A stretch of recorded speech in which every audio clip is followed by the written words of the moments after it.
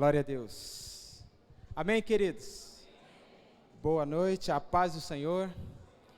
Que a mão de Deus continue sobre nós, nos abençoando. Prepare seu coração para o que o Senhor preparou para nós nessa noite, amém? Abra sua Bíblia comigo lá na carta aos Hebreus, no capítulo 1. Carta aos Hebreus, capítulo 1. Antes de nós lermos a palavra, eu queria só dar um recado para os casais, né? Nosso último evento foi mês retrasado, se eu não me engano, mês retrasado, e nós estamos preparando um novo culto de casais para o mês de julho. Mês de junho agora já tem umas programações e nós vamos fazer o nosso próximo culto em julho. Agora, em junho, o mês de junho, ele é marcado por algumas outras coisas além do Dia dos Namorados, amém? Quem está namorando ainda aí? Ó? Poucos estão namorando? A Audrey representou aí. Cadê os casados aqui? Está namorando ainda lá na sua casa? Ainda não? Não pode deixar a chama se apagar no altar, amém? Então, para o mês de junho, nós fomos convidados para participar de um evento, um jantar romântico. Então, você tem a oportunidade de levar sua esposa para um jantar romântico ali no Village Garden. Não sei se vocês conhecem, uma casa de eventos. E vai estar tudo preparado lá, decorado, com buffet e tudo mais. Então, você só vai mesmo para participar daquele evento. Vai ter uma palavra de Deus ali ministrada aos casais. E é uma oportunidade para você estar aí, reservar um tempo, né, para renovar os laços e as alianças com o seu cônjuge. Então, eu deixo o convite para os irmãos que queiram ir neste jantar. Vai ser, se eu não me engano, dia 17 de junho. Vai ser numa segunda-feira. Existem alguns empecilhos. Veja bem, nós vamos derrubar esses empecilhos, todos eles, um a um. Amém, queridos? Primeiro, numa segunda-feira. Segunda-feira é brabo, né? Mas, se Jesus dispôs da vida dele para resgatar a sua noiva, o que você pode fazer pela sua esposa na segunda-feira?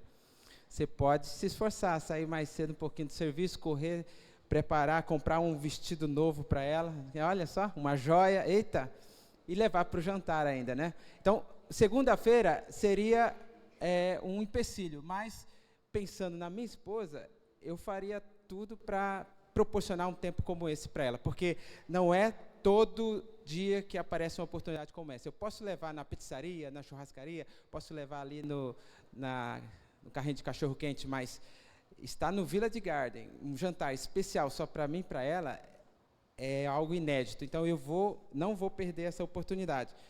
Outra coisa, valor, R$180. Pode ser um empecilho grande, né? Mas como é no começo do mês, né, você acabou de receber, R$180 dividido por 2 vai dar 90 cada um.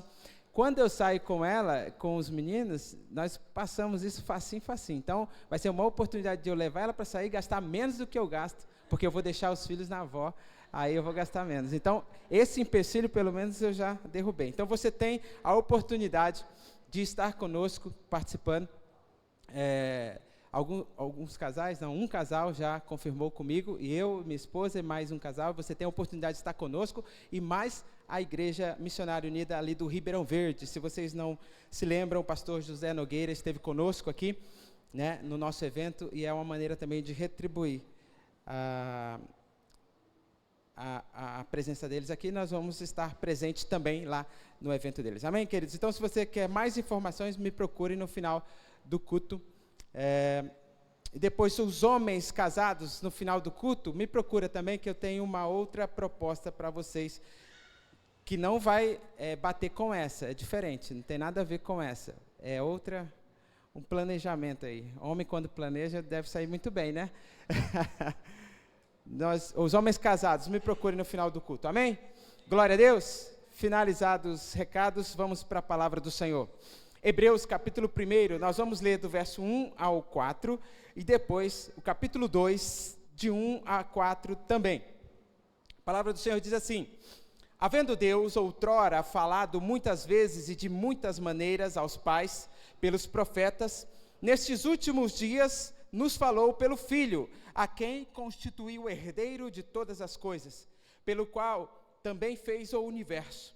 Ele que é o resplendor da glória e a expressão exata do seu ser, sustentando todas as coisas pela palavra do seu poder. Depois de ter feito a purificação dos pecados, assentou-se à destra da majestade nas alturas, tendo-se tornado tão superior aos anjos, quanto herdou mais excelente nome do que eles. Aleluia.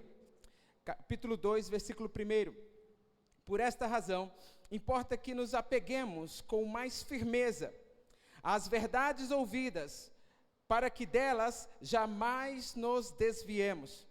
Se, pois, se tornou firme a palavra falada por meio dos anjos, e toda transgressão ou desobediências recebeu justo castigo, como escaparemos nós, se negligenciarmos tão grande salvação? A qual, tendo sido anunciada inicialmente pelo Senhor, foi-nos depois confirmada pelos que a ouviram, dando Deus testemunho juntamente com eles, por sinais, prodígios e vários milagres, e por distribuições do Espírito Santo, segundo a sua vontade. Aleluia.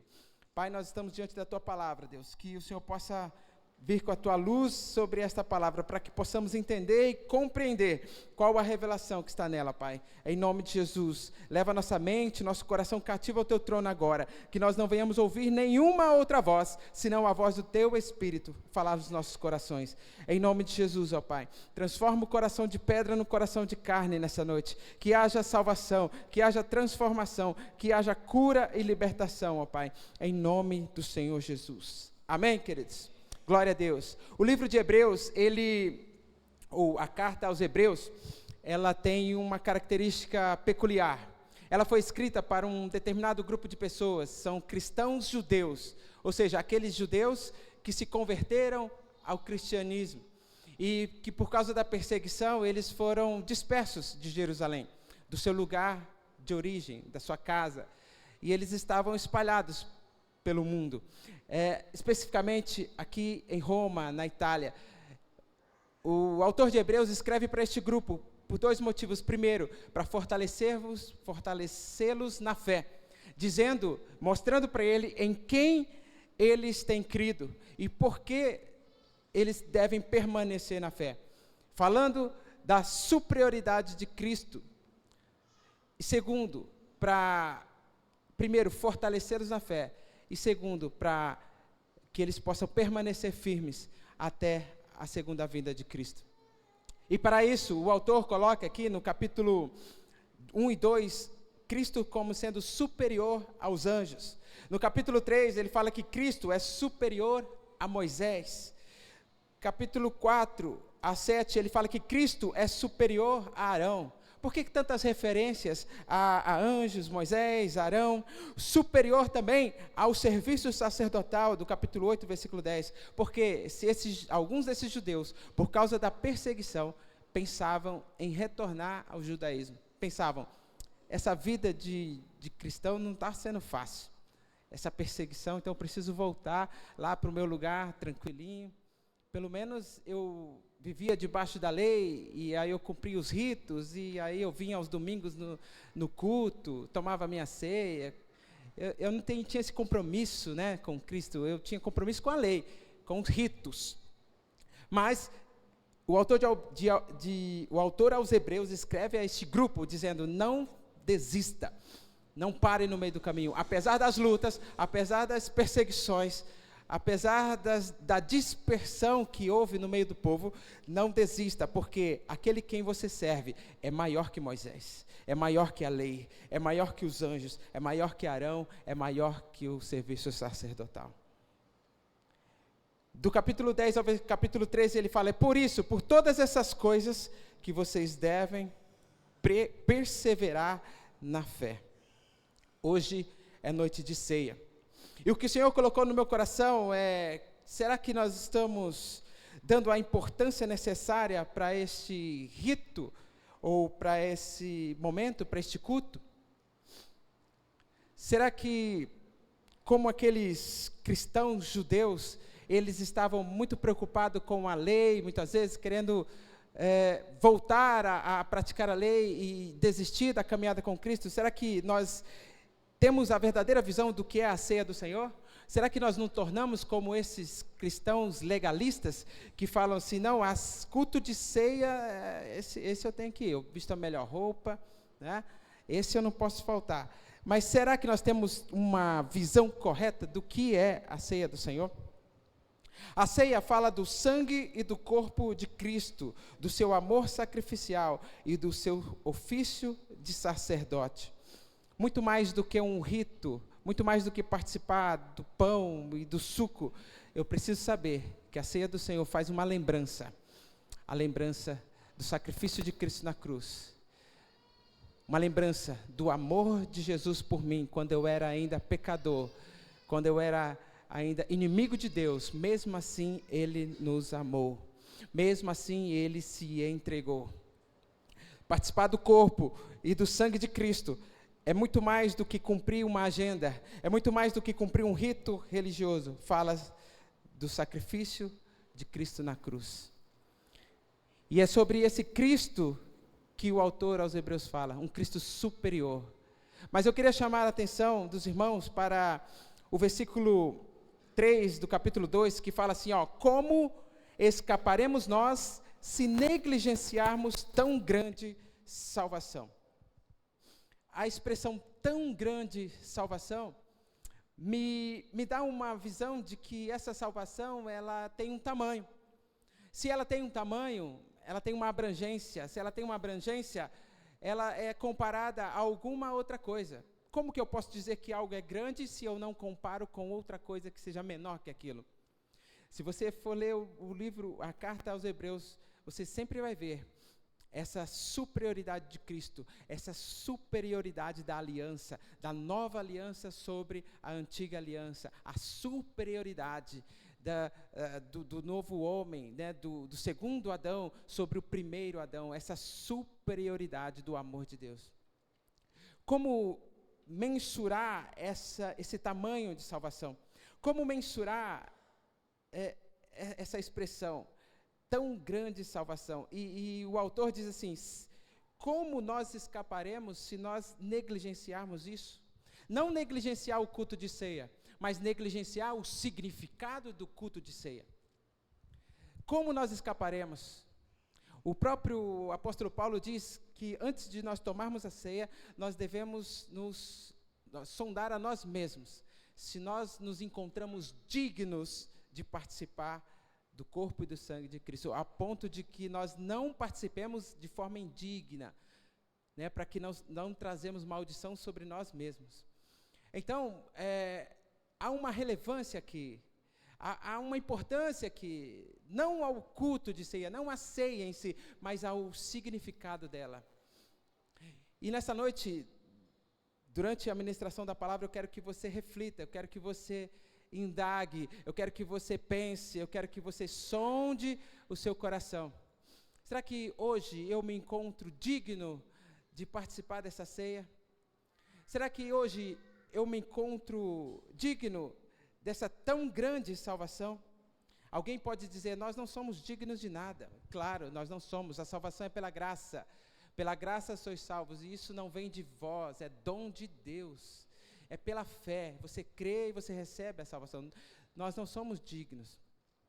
Mas eu quero levar você a uma reflexão nessa noite, para nós pensarmos sobre esse tema tão importante, que permeia toda a palavra, que é a salvação. E aqui, eu quero destacar esse versículo, tão grande salvação, do capítulo 2, versículo 3.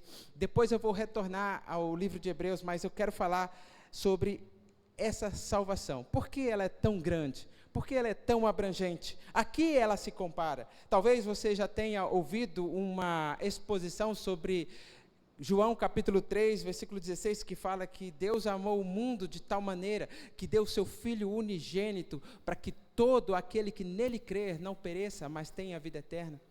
Talvez você tenha ouvido já essa exposição dizendo que João 3,16 expressa um maior amor, porque ele amou o mundo Então é um maior amor que pode ser demonstrado, é esse de Deus.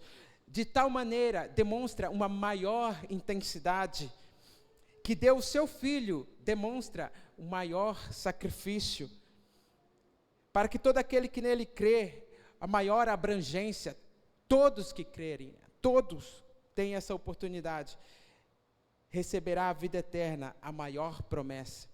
Ou seja, a salvação, ela é grande, por causa da obra de Cristo, e por causa da promessa que Ele tem para nós, por causa da abrangência, por causa do maior amor que foi derramado naquela cruz, por causa do maior sacrifício, por causa da maior intensidade.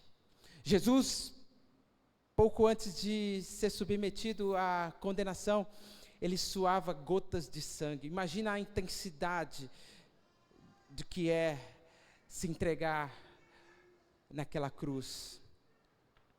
Imagina a intensidade. Então, essa tão grande salvação, o autor de Hebreus diz, nós não podemos negligenciar. E ele compara essa palavra de salvação com uma palavra que foi dita pelos profetas, pela lei de Moisés, dizendo assim, se os profetas já profetizaram, se os anjos já falaram, e toda desobediência foi castigada, ou seja, se desobedeceram à lei, foram castigados. Se desobedeceram às palavras dos profetas, foram castigados. Se desobedeceram às palavras dos anjos, foram castigados. Quanto mais nós, se nós negligenciarmos essa palavra, que foi o próprio Cristo que nos deu. A primeira pregação de Jesus, Marcos 1,15, diz assim, o reino de Deus está no meio de vós, arrependam-se e creiam na palavra da salvação. Creiam no Evangelho. Ora, essa palavra de salvação, ela já vinha permeando toda a palavra do Senhor, desde os profetas, desde Moisés, mas o versículo 1 que nós lemos aqui, diz que nos últimos dias, o próprio Filho nos falou. Ora, se houve castigo para aqueles que negaram a lei, quanto mais para aqueles que negaram as palavras do próprio Cristo. Versículo 3, como escaparemos nós? Ou seja, se nós não dermos o verdadeiro sentido, verdadeira importância para isso que nós vamos ler aqui agora, se nós não dermos a verdadeira importância para isso que nós vamos fazer aqui hoje, talvez é só mais um culto de ceia, talvez é só mais um copinho de suco, um pãozinho, daqui a pouco nós saímos ali, segue vida, mas não é isso. Nós precisamos colocar esse tema, a salvação, a ceia do Senhor, o sacrifício de Cristo, isso é o cerne da pregação do Evangelho. Isso é o cerne da Bíblia. Se você não considera a palavra de salvação como sendo a principal, então você não leu a Bíblia, então você não é convertido. A palavra de salvação, ela deveria ser, e ela é o tema principal da Bíblia, e ela deveria ser o tema principal das nossas conversas. Não é? Porque a palavra do Senhor diz que todos pecaram e destituídos estão da glória de Deus. E o salário do pecado é a morte. Ora, se todos pecaram, eu me incluo nisso.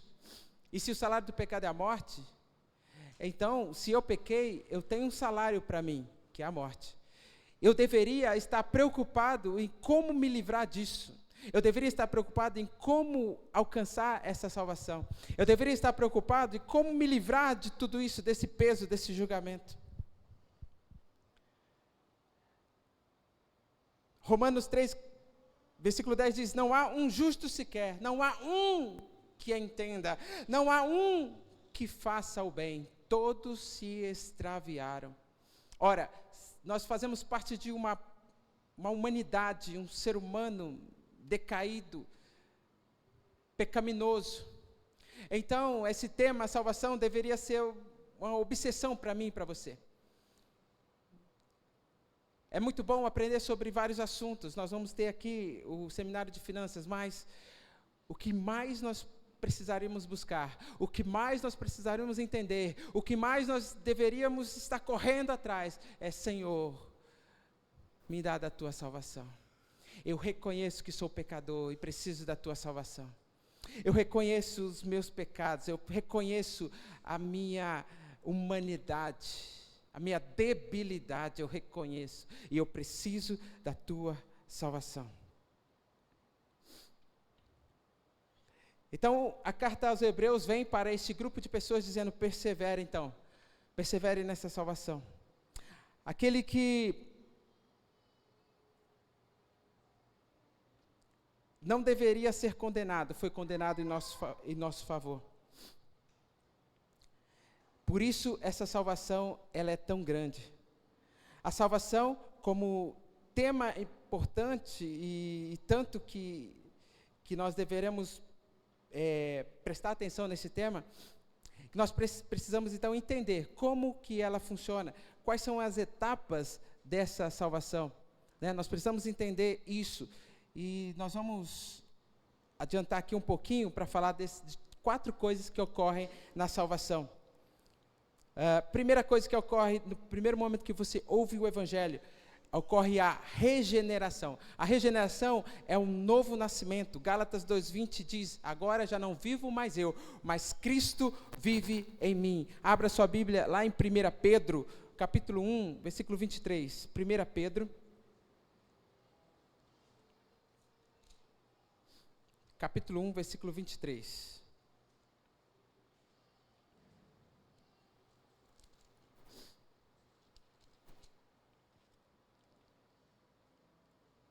A palavra do Senhor diz assim: pois fostes regenerados, não de semente corruptível, mas de uma incorruptível, mediante a palavra de Deus, a qual vive e permanece para sempre, a qual vive e é permanente. Aleluia! A regeneração ocorre de uma semente incorruptível. Ora, regeneração quer dizer novo nascimento.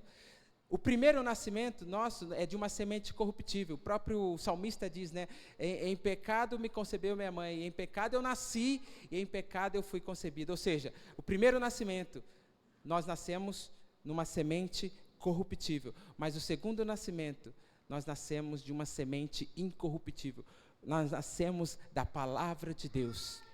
Se hoje ouvides a palavra do Senhor, não endureça o vosso coração. Quem sabe é hoje que você nasça de novo. Quem sabe é hoje que você tem um encontro com Cristo. Quem sabe é hoje que você tem esse sentimento de: eu preciso nascer de novo. Eu preciso de uma nova vida. Eu estou cansado dessa vida de pecados. Estou cansado dessa vida de engano, de mentiras. Eu preciso nascer de novo. Quando nós olhamos para a história de Nicodemos, nós vemos um homem, um sacerdote, um fariseu. Talvez não sacerdote, vamos pegar a figura fariseu. Nicodemos, ele lá, um mestre da lei, já alcançou uma posição na igreja, no templo, era respeitado, mas uma coisa incomodava ele, uma coisa consumia ele por dentro. Quando ele ouvia as palavras de Jesus, quando ele ouvia os ensinamentos de Cristo, ele pensava: eu preciso dessa coisa nova aí. Eu estou cheio da palavra, eu estou cheio de dogmas, eu estou cheio de leis, mas eu preciso desse algo novo que eu estou vendo aí de Jesus. E quando ele vem para falar com Jesus, dizendo: Jesus, me ensina, aí ele fala assim: importa-vos nascer de novo. A primeira coisa que ocorre na salvação é o novo nascimento, e junto com ela vem a justificação. A partir da regeneração, então, ocorrem outras 3 coisas. E como eu sei que eu nasci de novo? Todas as coisas que ocorrem na salvação, elas vêm para testemunhar ou para confirmar o que aconteceu antes. Ora, como que eu vou saber se eu nasci de novo? Se eu passar por outros passos, que é a justificação, a santificação e a glorificação. Aleluia. A justificação e a regeneração, ela aponta para o passado, ou seja, eu já nasci de novo. Talvez esse passado seja agora para você. Você está nascendo de novo hoje. Você está ouvindo a palavra de Jesus e aí no seu coração o Espírito Santo está tocando no seu coração, desde o louvor, desde a ministração, da abertura do culto, o Espírito Santo está tocando no seu coração. Então um novo nascimento está acontecendo agora, exatamente agora para você. Mas, para aqueles que já nasceram de novo, regeneração e justificação aconteceu no passado. Eu nasci de novo, eu fui justificado. A santificação ocorre imediatamente após esse momento de aceitar Jesus. Você aceitou Jesus, o processo começa a acontecer. É uma caminhada. Santificação tem a ver com o presente contínuo, ou seja, até que Jesus volte, ou até que se finde a nossa vida, nós estaremos num processo contínuo de santificação. A palavra do Senhor diz, de glória em glória, nós somos transformados. Amém? Não que eu tenha alcançado, mas eu prossigo para o alvo. Ou seja, a santificação fala de um processo, até nós chegarmos à santificação plena. E a glorificação fala de futuro, algo que vai acontecer, a nossa esperança. Enquanto a justificação, ela nos salva da culpa do pecado, a santificação nos salva do poder do pecado. Depois eu quero, em nome de Jesus, nos próximos 10 minutos, falar sobre cada um desses, e que o Espírito Santo possa revelar no seu coração, na sua mente, cada passo desse. Ou seja, como que eu sei que eu sou novo nascimento? Como eu sei que eu fui regenerado? Se eu passei pela justificação. O que é a justificação? Senão um cumprimento da lei. A palavra do Senhor diz, Ezequiel 18:20, diz que toda alma que pecar, essa morrerá. Ou seja, é uma lei, está estabelecido, e o Senhor Deus dos céus, Ele é tão justo, Ele é tão santo, que Ele não pode ir contra a palavra dEle.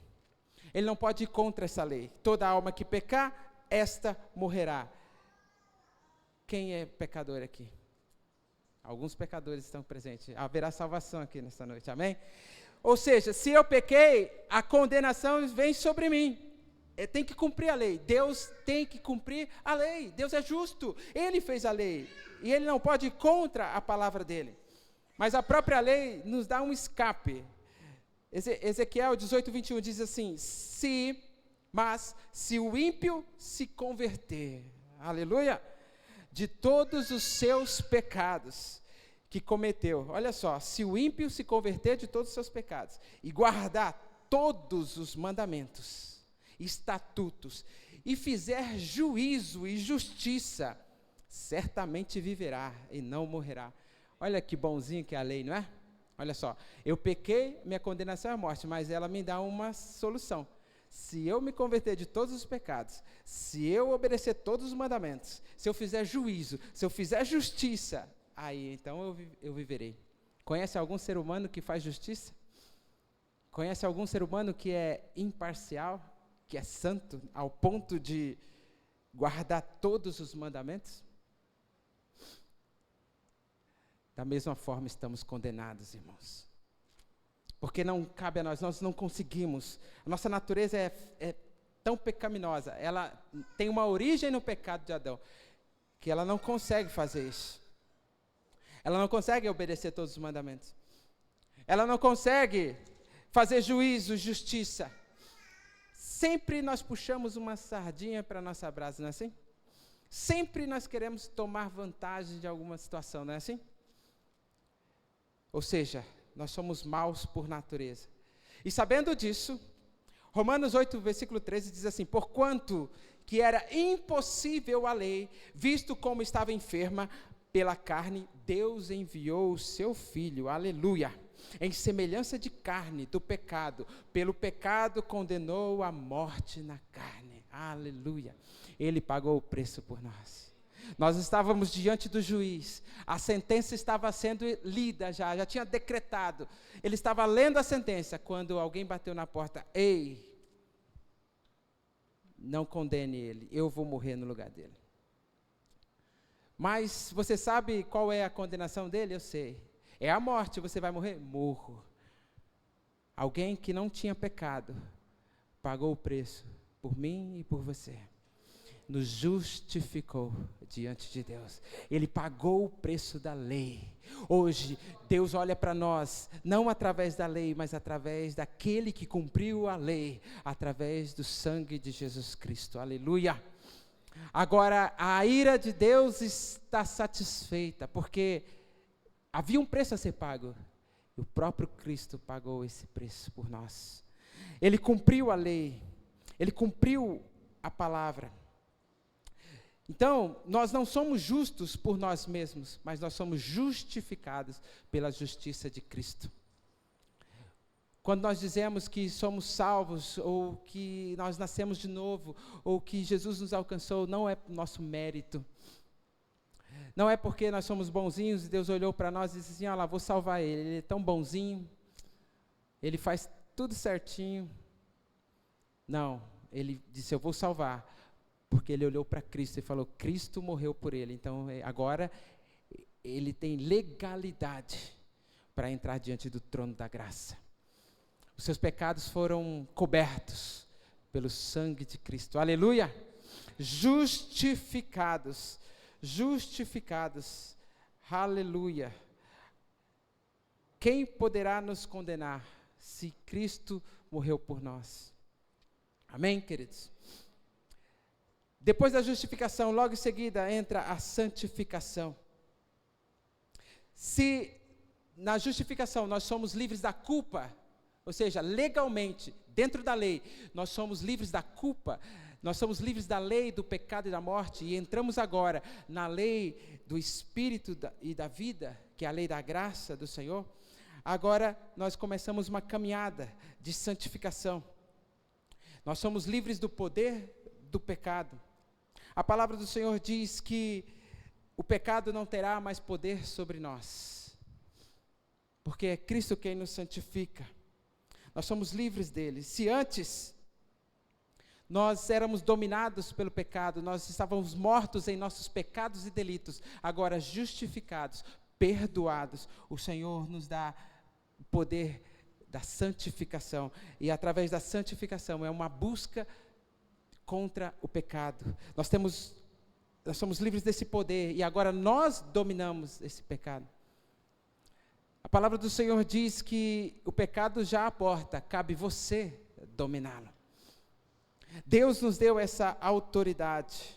Se antes a obra da justificação era uma ação somente de Deus, só Deus poderia fazê-lo, agora na santificação, o agente é o Espírito Santo, é Ele quem nos ajuda, é Ele quem nos dá esse poder. É agora, na prática, que nós vamos colocar a justificação em prática. Se a justificação era apenas na lei, na teoria, ou seja, se alguém pecou, tinha que morrer, e agora, com o preço pago, ele não morre mais. Ou seja, a lei, a letra, a teoria já foi paga. Agora, e na prática? Nós precisamos mostrar isso. E a palavra do Senhor diz que essa santificação ela é processual, de glória em glória. Santificação é a separação, é a santificação do pecado, do mundo. Ou seja, aquilo que eu fazia antes, agora eu não faço mais. Aquele que mentia, não mente mais. Aquele que roubava, não rouba mais. Aquele que prostituía, não prostitui mais.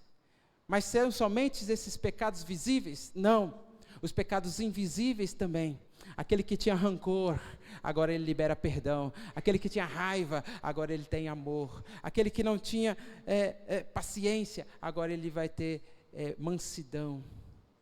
Ou seja, a santificação é um processo de transformação do nosso espírito. Se a justificação salva a nossa alma do inferno, a santificação purifica o nosso espírito. É um processo de aproximação de Deus, é um processo de perseverança também. A palavra do Senhor diz, aquele que perseverar até o fim, este será salvo. Ou seja, a salvação não aconteceu ali, no momento somente da sua aceitação de Cristo. Ela é um processo e vai se findar no terceiro ponto, que é agora que nós vamos entrar nele, na santificação, ou glorificação. Abra sua Bíblia comigo, 1 Coríntios capítulo 15. 1 Coríntios capítulo 15. Se a justificação nos livra da culpa do pecado, e a santificação nos livra do poder do pecado, a glorificação vai nos livrar da presença do pecado. Porque, mesmo que nós fomos justificados, mesmo que nós estamos no processo de santificação, o pecado ainda está em nós. A vontade, né, aquela concupiscência ainda habita em nós, por causa da maldade humana. E a santificação é uma luta diária, dia a dia, você lutando. Como Paulo diz, ele esbofeteava o seu próprio corpo, ele esmurrava o seu próprio corpo, porque aquilo que ele queria fazer, ele não fazia, mas aquilo que ele odiava, ele fazia todo dia.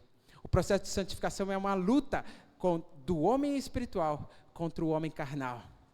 Mas quando chegar a glorificação, irmãos, nós seremos livres dessa carne aqui. O próprio apóstolo Paulo dizia, quem me livrará do corpo dessa morte? Ele tinha certeza da justificação, ele tinha certeza do novo nascimento, ele até mudou de nome. Ele tinha certeza da santificação, mas ele precisava ainda de uma libertação total e completa desse corpo, dessa carne.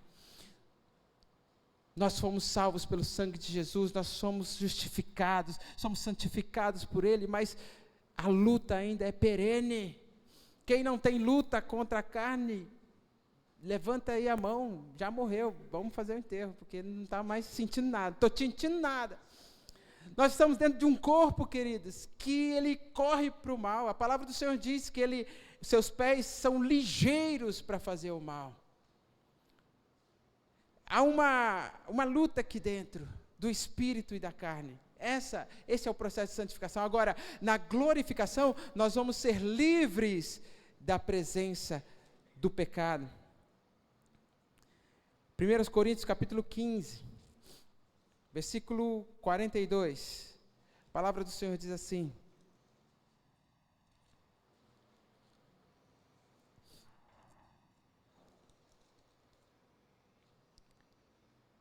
pois assim também é a ressurreição dos mortos.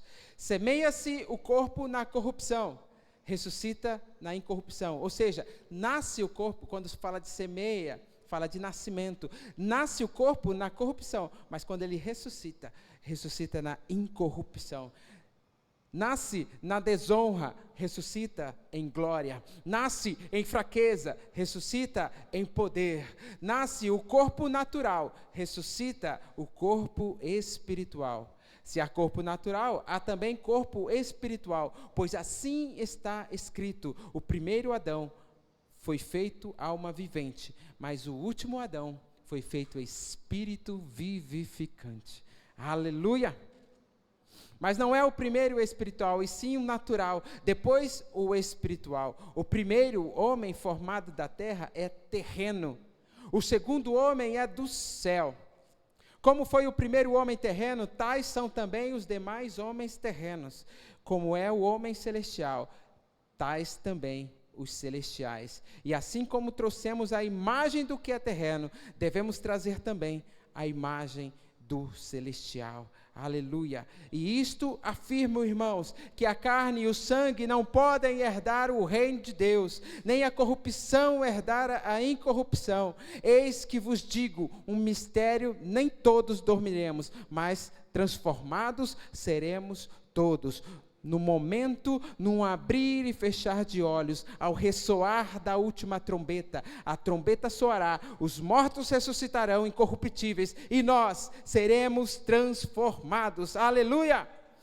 Porque é necessário que o corpo corruptível dê lugar à incorruptibilidade.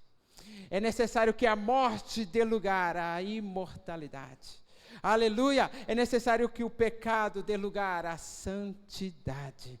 Vai chegar um dia, queridos, de nós sejamos glorificados.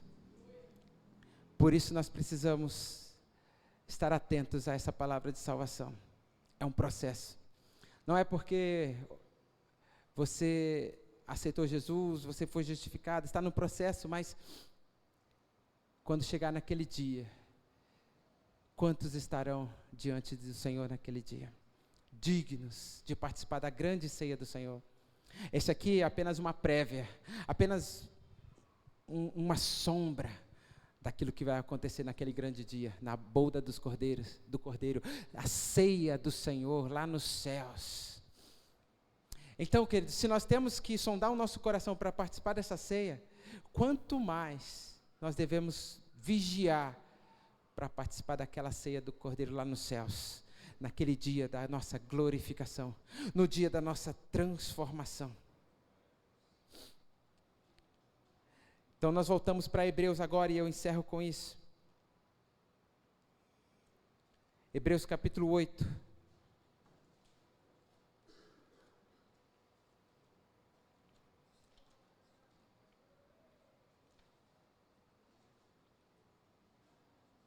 Hebreus capítulo 8. A palavra do Senhor diz assim: se a glorificação gera em nós uma esperança, não é? Um desejo, uma alegria de poder participar desse grande dia, também gera em nós vou dizer, uma preocupação, uma advertência, um sinal de alerta para que nós possamos estar vigilantes. Hebreus capítulo 12, versículo 14. Segui a paz com todos e a santificação, sem a qual ninguém verá o Senhor, atentando diligentemente porque ninguém seja faltoso, separando-se da graça de Deus, nem haja alguma raiz de amargura que brotando vos perturbe, e por meio dela muitos sejam contaminados. Nem haja algum impuro ou profano como foi Esaú, o qual por um repasto vendeu o seu direito de primogenitura, pois sabeis também que posteriormente, querendo herdar a bênção, foi rejeitado, pois não achou lugar de arrependimento, embora com lágrimas o tivesse buscado. Eu queria terminar essa ministração lá no alto, regozijando, glorificando, mas o Senhor trouxe esse texto para trazer para nós uma inflexão, não é? Para que nós refletirmos dentro de nós mesmos. Ele deu aqui o exemplo de Esaú. Ele nasceu dentro do povo de Deus, ele tinha a promessa, ele estava na igreja, mas quando ele quis herdar a bênção, ele foi rejeitado, porque ele trocou a sua bênção, trocou a sua salvação por um repasto, por um prato de comida. Ele vendeu a sua salvação. Eu quero que você feche seus olhos nesse momento. Queria chamar o pastor aqui à frente para orar e já vamos nos preparar para a Santa Ceia do Senhor. Mas eu quero que você feche seus olhos diante disso que nós falamos aqui agora. O que nós temos, o que tem ocupado o nosso coração? Se para eu saber se nasci de novo, eu preciso saber se a justificação e a santificação está em mim. O que é a justificação? É aceitar que Jesus pagou o preço pelos meus pecados, ou seja, eu sou livre da culpa. Aceite o sacrifício de Cristo na cruz, livre-se da culpa. E a santificação é o livramento do poder do pecado, ou seja, você tem um domínio sobre esse desejo, você pode dominar esse desejo, isso é a santificação. Agora, um teste para realmente saber se eu sou salvo, é olhar para dentro de mim, no meu coração, e ver o que está ocupando ali o meu coração. O que na minha vida está ocupando a maior parte do meu coração, maior parte do meu tempo, maior parte das minhas preocupações, a maior parte dos meus pensamentos, a maior parte das minhas falas e conversas. O que tem ocupado o meu coração? Filipenses 4:8 diz: aquilo que é bom, agradável, que tem algum louvor, isso pensai. Mateus 6:21 diz: onde estiver o teu tesouro, aí estará o teu coração. O que tem ocupado o seu coração? O que tem tomado grande parte do seu tempo, da sua vida, das suas preocupações? Fique em pé no seu lugar, vamos orar.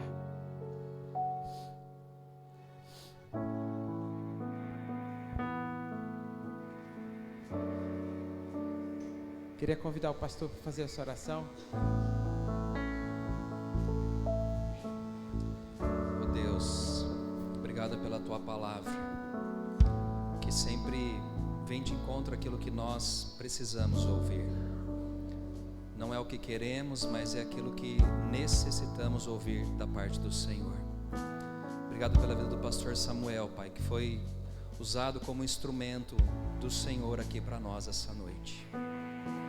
Que possamos olhar para dentro de cada um de nós, que possamos analisar a nossa vida, examinar as nossas atitudes, a maneira que nós temos vivido, a maneira que nós temos nos portado diante das lutas, das tentações, e que haja arrependimento em nossos corações, que haja o toque do Teu Espírito Santo nos convencendo do erro, do pecado, da justiça e do juízo, Senhor.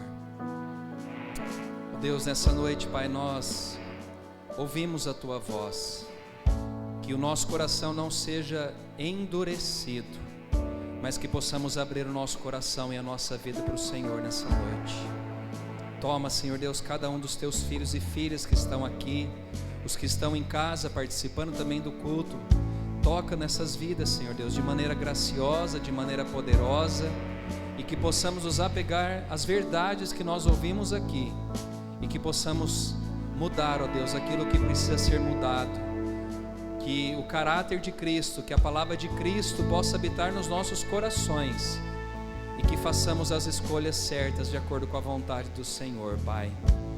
Ó Deus, que possamos participar da Tua ceia nesse momento, depois dessa palavra que foi anunciada, que possamos entender o verdadeiro significado do pão, do cálice, daquilo que Cristo fez por nós um dia naquela cruz. Ele pagou um alto preço pelos nossos pecados. Todos nós merecíamos a condenação e a morte eterna, mas graças ao sacrifício de Cristo, nós somos poupados, nós fomos transformados, nós somos resgatados das trevas, e estamos aqui hoje, ó Deus, e ouvimos a Tua palavra, e nós queremos uma transformação, uma nova vida sobre cada um de nós. Ó Deus, abençoa a Tua igreja nesse momento, que cada um de nós possamos escolher a boa parte, que é seguir a Ti, servir ao Senhor, enquanto nós estivermos nessa curta jornada aqui na terra. Eu oro, Deus, agradecido por esse tempo, em nome de Jesus. Amém. Glória a Deus. Nós já vamos servir a ceia. Obrigado ao pastor Samuel. Já vou chamá-lo aqui junto com a Andréia. Os diáconos também que irão nos ajudar. Por favor, venha aqui à frente. Enquanto o louvor canta essa canção, você vai aí mesmo no seu lugar pegar o pão, o cálice, segurar e esperar o momento certo para que possamos participar da ceia do Senhor juntos.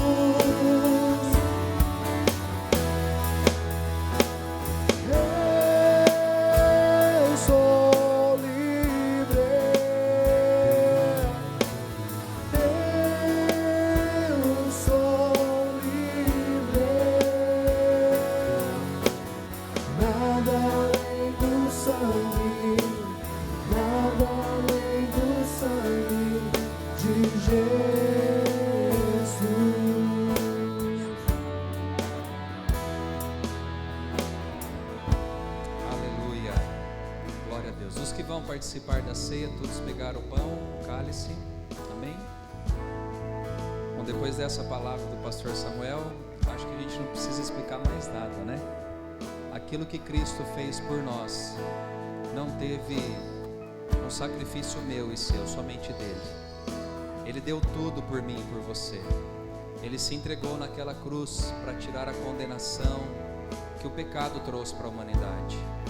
Que hoje você possa participar da ceia com essa memória, ou trazendo à sua memória isso. Foi por aquilo que Cristo fez por nós que nós merecemos a salvação. Amém? Senhor, nós consagramos primeiramente esses pães a Ti. Nós te agradecemos porque Jesus se entregou por nós naquela cruz. E na última ceia com seus discípulos, Jesus tomou o pão, repartiu o pão, deu graças a esse pão e disse: isto é o meu corpo que é dado em favor de vós. O que seguramos as nossas mãos representa, traz o símbolo da morte sacrificial de Cristo. Ele se entregou por amor a cada um de nós. Ele entregou o seu corpo naquela cruz para que nós tivéssemos salvação e vida abundante em seu nome.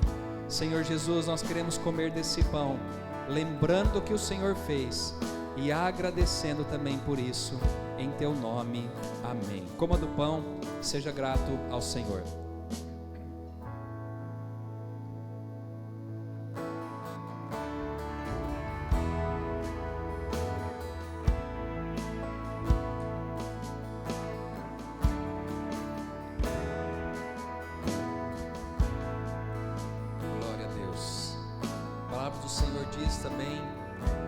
Sem derramamento de sangue não há perdão dos nossos pecados. Jesus derramou o seu sangue por mim e por você naquela cruz. Literalmente, irmãos, Ele derramou o sangue dele por mim e por você. Ele morreu em meu lugar, em seu lugar. O que seguramos em nossas mãos representa não só o sangue de Cristo, mas uma aliança que Ele fez conosco, de que um dia Ele vai voltar. E breve Ele voltará, nós sabemos disso. Breve Ele voltará para buscar a sua noiva e a sua igreja. Vamos orar. Senhor, nós consagramos esse cálice também a Ti.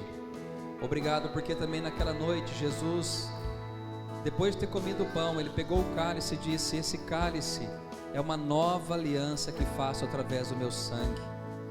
Todas as vezes que nós comemos o pão e bebemos desse cálice, nós anunciamos a morte do Senhor até que Ele venha. E Ele vai vir, Ele vai voltar para nos buscar. Nós temos a certeza, porque o sangue dele foi derramado naquela cruz, e Ele prometeu que um dia voltaria para nos buscar. Obrigado, Jesus. Obrigado que nessa noite possamos tomar agora do cálice e agradecer de coração aquilo que o Senhor fez por cada um de nós. Amém. Tome do cálice e seja grato também ao Senhor. Glória a Deus. Será que nós podemos cantar Eu Sou Livre para a gente terminar o culto? Depois nós estaremos orando e encerrando o culto dessa noite. Declare ao Senhor que você é livre. Nós somos livres em Cristo Jesus. Eu sou livre,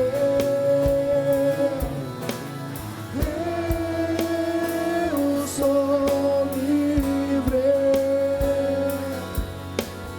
nada além do sangue, nada além do sangue de Jesus.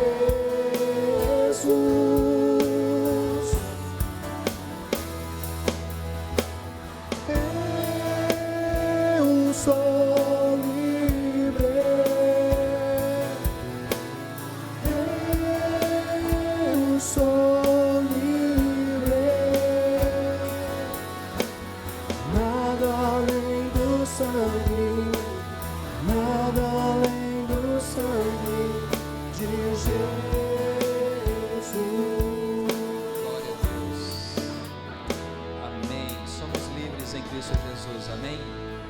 Eu desejo que você tenha uma semana de vitória. Não esqueça, a irmã Esther Giselda está orando durante essa semana. Escolha um dia ore pelos seus filhos, pelas crianças, pelas nossas famílias, e que você tenha esse tempo de consagração a Deus durante a sua semana. Vamos orar ao Senhor. Pai, obrigado pela tua palavra, pelos louvores, obrigado por cada momento desse culto, ó Deus, por cada mensagem que o Senhor trouxe aos nossos corações, que possamos colocar em prática em nossas vidas. Despede agora o teu povo em paz, despede o teu povo, ó Deus, em segurança para as suas casas, e que o amor do Pai, a graça redentora do Filho e que as consolações do Espírito Santo sejam derramados sobre nós hoje, para todos sempre. Amém. Deus abençoe. Dê um abraço quem está ao seu lado e uma ótima semana para todos em nome de Jesus.